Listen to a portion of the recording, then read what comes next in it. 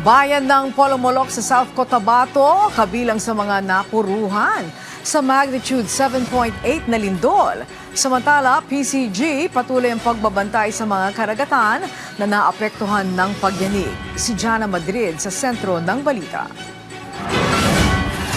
Patuloy ang pagresponde ng Philippine Coast Guard at lokal na pamahalaan sa mga lugar na naaapektuhan ng malakas na lindol sa Mindanao.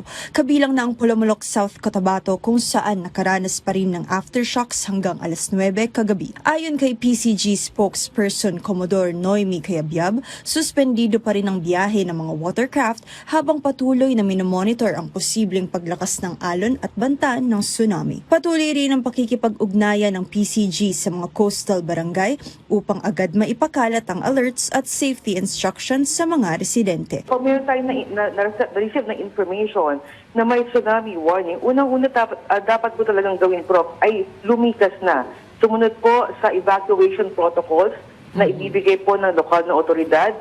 May mga identified naman po yan na mga evacuation route po. So sumunod po tayo doon. Sa Polomolok, South Cotabato, sinabi ni Mayor Bernie Palencia na maraming pader at kisame ng public establishments ang napinsala habang isang residente naman ang nasugatan matapos mabagsakan ng pader at nakatakdang operahan ngayong hapon.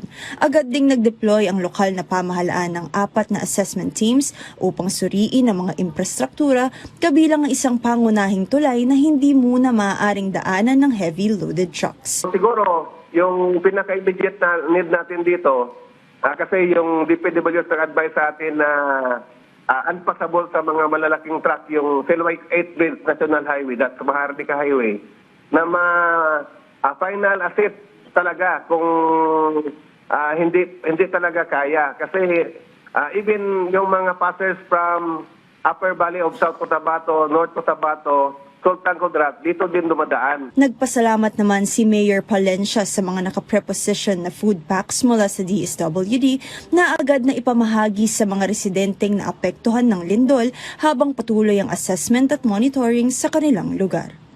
Jana Madrid para sa Bayan.